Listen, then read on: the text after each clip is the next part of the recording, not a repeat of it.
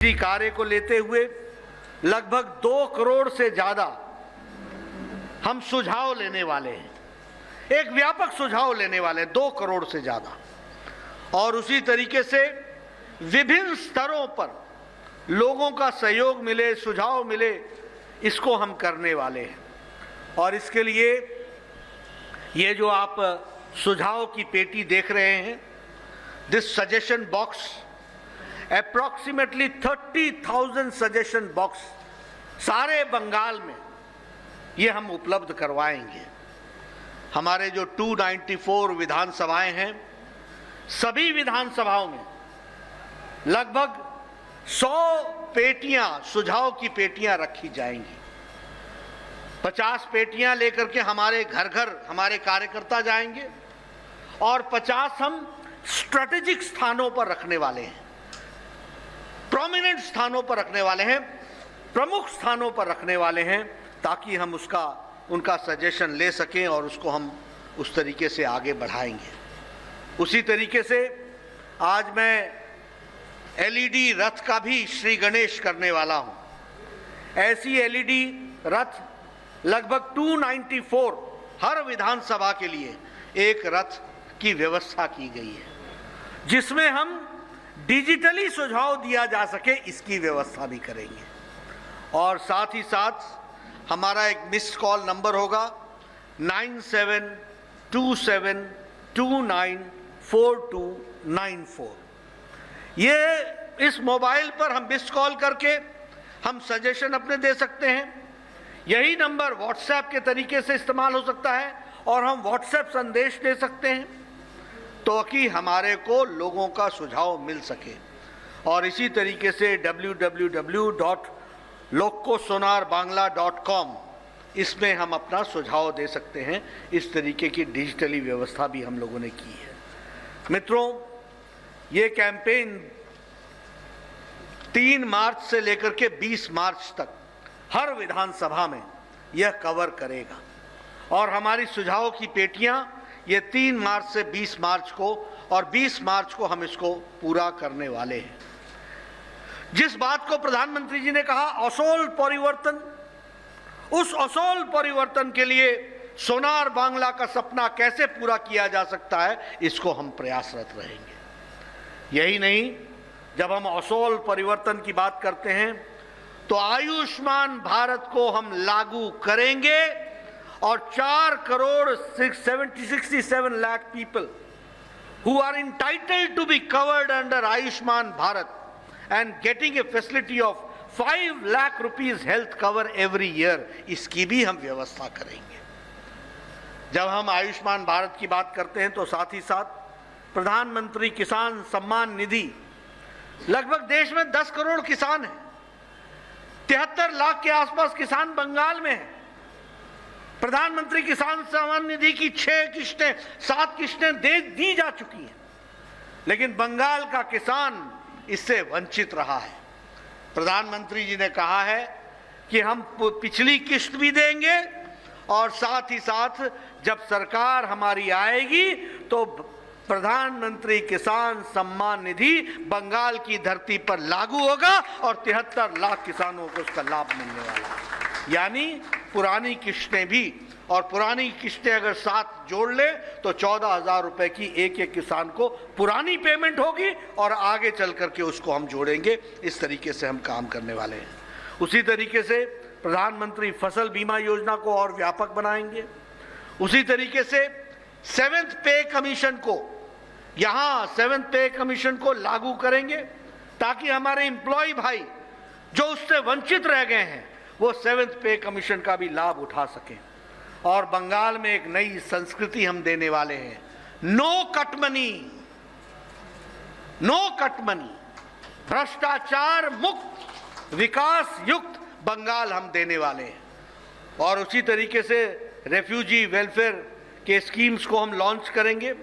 विशेष करके मतवा समाज और नमो शूद्र हमारे जो समाज है, उनके लिए हम हेल्थ के लिए पुश देंगे, एजुकेशन के लिए पुश देंगे, ग्रेजुएट और पोस्ट ग्रेजुएट के लिए हम स्कॉलरशिप्स की व्यवस्था करेंगे।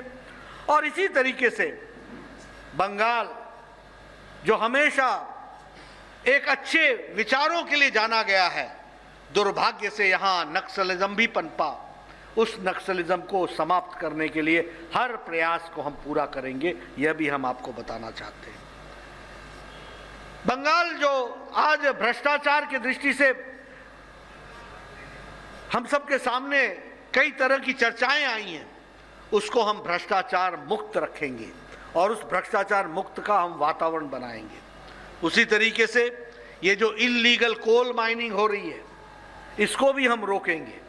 इसी तरीके से ये सिंडिकेट संस्कृति को भी हम रोकेंगे और उसी तरीके से हम ग्लोबल मार्केट में लोकल प्रोडक्ट को पहुंचाने का प्रयास करेंगे। ग्लोबल मार्केट में लोकल प्रोडक्ट पहुंचे। बंगाल का अपना हुनर, जिसको हम आजादी के पहले से जानते थे, आज वो सारे का सारा हुनर उसको कुंठित कर दिया गया, उसको रोक दिया गया, उसको समाप्त करने की कोशिश की गई है। हम उस बंगाल के हुनर को फिर से वापस स्थापित करेंगे और ग्लोबल मार्केट की व्यवस्था करेंगे फॉर लोकल प्रोडक्ट्स। इसको भी हम ध्यान में रखेंगे। मित्रों, जहां तक बंगाल के कल्चर का सवाल है, we are all emotionally involve. Bengal का कल्चर एक संस्कृति जिसने देश दुनिया को एक नई ताजी हवा दी। जब मैं विवेकानंद जी की बात करता हूं, जब मैं रविंद्रनाथ ठाकुर जी की बात करता हूं, जब मैं बंकिम चंद्र चटर्जी की बात करता हूं, जब मैं ईश्वर चंद्र विद्यासागर जी की बात करता हूं, ये सब लोग ऐसे थे, श्यामा प्रसाद मुखर्जी की बात करता हूं, ये सब ऐसे थे जिन्होंने बंगाल की धरती से जरूर जन्म लिया हो, लेकिन उन्होंने देश को दिशा दी, संस्कृति को दिशा दी, दुनिया को दिशा दी। ये हमको समझना चाहिए और इसलिए उस कल्चर को हम स्थापित करने का प्रयास करेंगे। मैं आज जब अच्छी अच्छी बातें कर रहा हूं तो मैं राजनीतिक बातें करके वातावरण दूषित नहीं करूंगा, लेकिन अगले भाषणों में मैं बताऊंगा। जब मैं परिवर्तन यात्रा की समाप्ति पर जाऊंगा तो मैं वहां चर्चा करूंगा कि ये संस्कृति थी बंगाल की और उस संस्कृति को कहां ला करके खड़ा कर दिया, आज किस मोड़ पर ला करके खड़ा कर दिया। मित्रों, इसको रिवाइव करना हमारी जिम्मेवारी है। The pride of Bengal has to come back, that सोमार Bengal has to come back, that Bengal which led the country that has to come back. और उसके लिए हम प्रयासरत होंगे, यह हम आपको जरूर कहना चाहते हैं। उसी तरीके से अगर हम बात करें किसानों की, आज ये धरती यहाँ की जो इसकी उर्वरकता है, जो इसकी कैपेसिटी है, उसका उपयोग नहीं हो रहा है। जितनी धरती हमारी एलुवियल है उतना ही इसकी यील्ड होनी चाहिए, वो यील्ड नहीं हो रही है। जितना इसका इरिगेटेड लैंड होना चाहिए वो नहीं है, और जो किसानों को इसकी कीमत मिलनी चाहिए वो नहीं मिल रही है। मित्रों, क्रॉप का सही दाम मिल सके किसानों को, इसके लिए हम प्रयासरत रहेंगे और ये हमारी कोशिश रहेगी कि हम इसको प्रयास करें। जब मैं आपसे सुझाव मांगता हूं तो मैं किन बातों के लिए सुझाव मांगता हूं? आपसे मैं सुझाव मांगता हूं कि यहां पर आर्थिक जगत में पुश कैसे दिया जा सके। अगर ब्रिटिशर्स ने आकर के बंगाल को देखा कि this is an industrial town, this is an industrial area, यहां पर इंडस्ट्री का विकास की संभावनाएं हैं, उसके बाद जिस तरीके से इंडस्ट्री फ्लश की, जब आजादी मिली तो बंगाल इंडस्ट्रियल एरिया की दृष्टि से किस तरीके से आज बढ़ा था, और आज धीरे धीरे पिछले 60-70 सालों में एक एक इंडस्ट्रीज ने अपनी इन्वेस्टमेंट यहां से हटा ली। ये सूखा पड़ गया। हमको विचार करना पड़ेगा कि ये क्यों हुआ और इसको हम कैसे रिवाइव कर सकते हैं। और प्रधानमंत्री मोदी जी इस बात के लिए कटिबद्ध हैं कि पश्चिम अगर विकसित हुआ है तो पूर्व को भी पूरा विकास करना है और मुख्य धारा में शामिल करना है। इस बात के लिए हम कटिबद्ध हैं।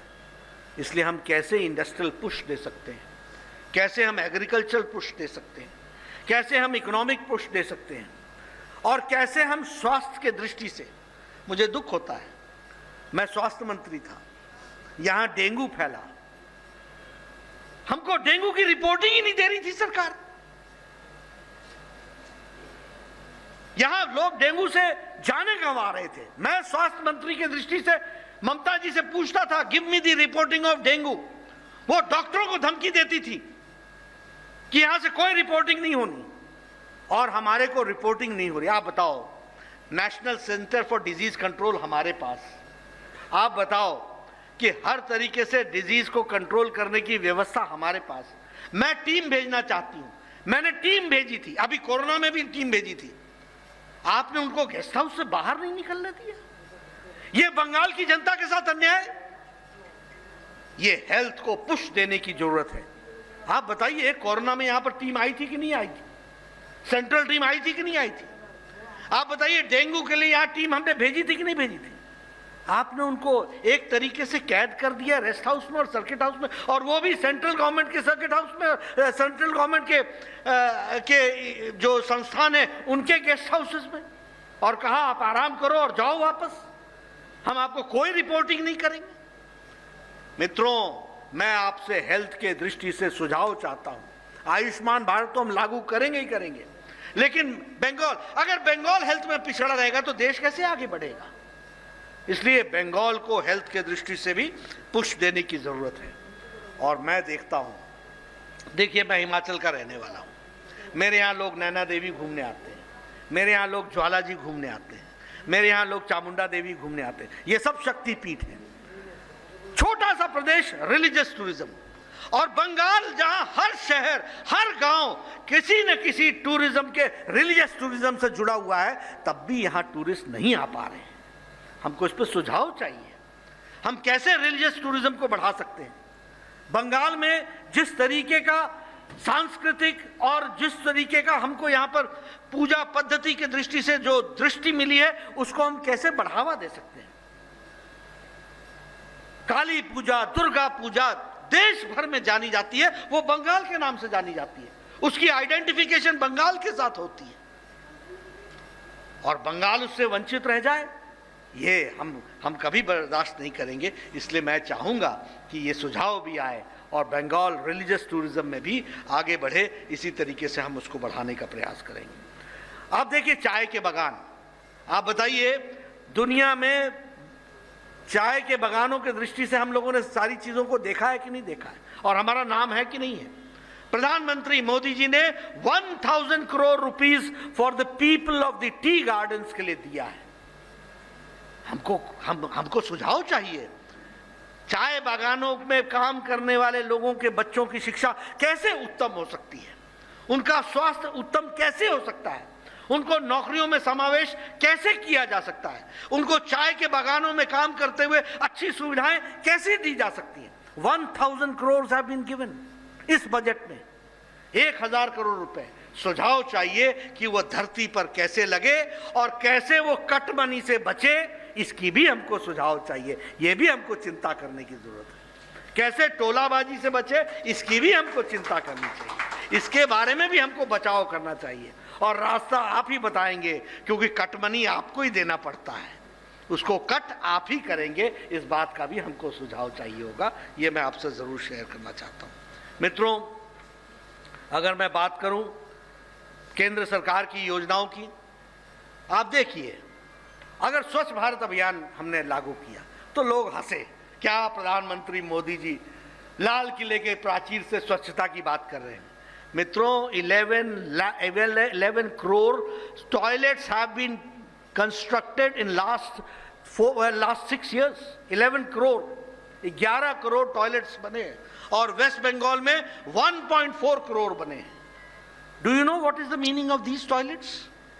Number 1, it is the empowerment of women. आप सोचिए, हमारी बहनों को गांव में अपने दैनिक नित्य क्रम के लिए सूर्योदय और सूर्यास्त का इंतजार करना पड़ता था। एम आई राइट? क्या मैं सही बोल रहा हूं? क्यों? क्योंकि वो बाहर जा नहीं सकती थी। आप बताइए, 1 करोड़ 40 लाख टॉयलेट्स वेस्ट बंगाल में बने, 11 करोड़ देश में बने, और 11 करोड़ में अगर 1 करोड़ 40 लाख बंगाल का हिस्सा है, तो आप समझ सकते हैं कि महिलाओं के साथ कितना अन्याय हो रहा था। 1 करोड़ 40 लाख घरों में टॉयलेट बना है, तो 1 करोड़ 40 लाख घरों की महिलाओं का एम्पावरमेंट एम्पावरमेंट हुआ है, इस बात को हमको समझना चाहिए। सशक्तिकरण, ये सशक्तिकरण हुआ है। दूसरी बात, बीमारी, डायरिया कम हो रहा है, हैजा कम हो रहा है, क्योंकि खुले में शौच जाने के कारण वही पानी हमको मिलता था और वही पानी पीते थे और हैजा और डायरिया होता था। आज हम हेल्थ इश्यूज को भी हम एड्रेस कर पाए। उसी तरीके से जनधन योजना, एक समय में भारत का प्रधानमंत्री स्वर्गीय राजीव गांधी कहते थे कि हम 1 रुपए भेजते हैं, 85 पैसा बीच में खर्च हो जाता था। प्रधानमंत्री जी ने कहा कि अकाउंट खोलो, जनधन खाता खोलो, तो क्या कहा? जनधन खाता खुलवा रहे हैं। आज 40 करोड़ लोगों ने जनधन खाता खोला है और बंगाल में 1 करोड़ 92 लाख लोगों ने जनधन खाता खोला है। और कोरोना के दौरान महिलाओं को 500 रुपए 3 महीने के लिए लॉकडाउन में प्रधानमंत्री जी ने डायरेक्ट डिसबर्समेंट करके डायरेक्ट उनके खाते में पहुंचाया। 20 crore women have been empowered. इस बात को हमको समझना चाहिए, ये छोटी घटना नहीं है। और बंगाल में 1 करोड़ 52 लाख, यानी रीचिंग 2 करोड़, 40 करोड़ में 2 करोड़ बंगाल के लोग हैं। उसी तरीके से हमारे लगभग 68 लाख लोगों को गैस का चूल्हा मिला।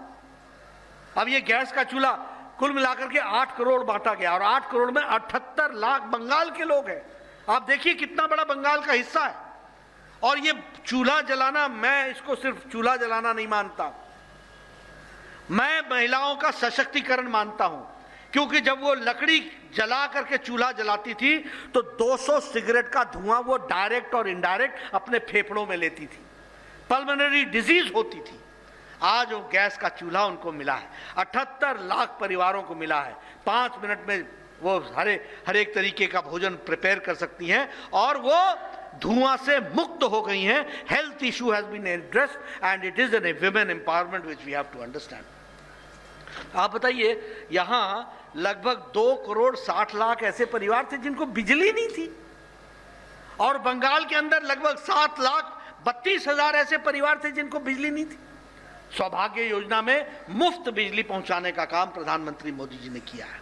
मैं आपसे सुझाव चाहूंगा कैसे इसको और आगे बढ़ाया जा सकता है। Electricity is not only in electricity, it is N empowerment of the family. वो टेलीविजन देख सकता है, वो अच्छी पढ़ाई कर सकता है, वो मुख्य धारा में अपने आप को शामिल कर सकता है। इस तरीके की योजनाओं को हम लोगों ने, प्रधानमंत्री जी ने एक रास्ता दिया है। ईस्ट वेस्ट कॉरिडोर 8,575 करोड़ रुपए खर्च हो रहा है। इसमें हम सबको मालूम है कि यह ईस्ट वेस्ट कॉरिडोर से कितना बड़ा विकास का योजना बनने वाली है।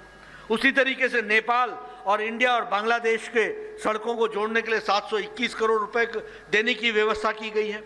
अम्फान में 2,708 करोड़ रुपए दिए गए। दुर्भाग्य से मुझे कहना पड़ता है कि हाई कोर्ट कहती है ऑडिट करा के दो, और हमारी ममता जी सुप्रीम कोर्ट में जाती हैं और कहती हैं ऑडिट होबे ना, होबे ना, होबे ना।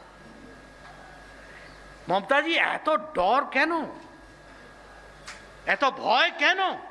किस बात का भय है, किस बात का डर है? ये सब पर मुझे सुझाव चाहिए। ये अम्फान का पैसा, मोदी जी पैसा नहीं देते, मोदी जी पैसा दे दिया, हमेशा देते हैं। ममता जी वो जमीन पर लगता नहीं है, खर्च होता नहीं है। क्यों नहीं होता है खर्च? कहां जाता है?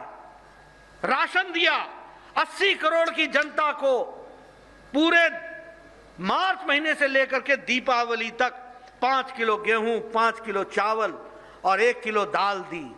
कहां मिला ये अनाज? टीएमसी के कार्यकर्ताओं के घर में। हम सत्य बोलचे कि नहीं? हम सत्य बोलचे कि नहीं?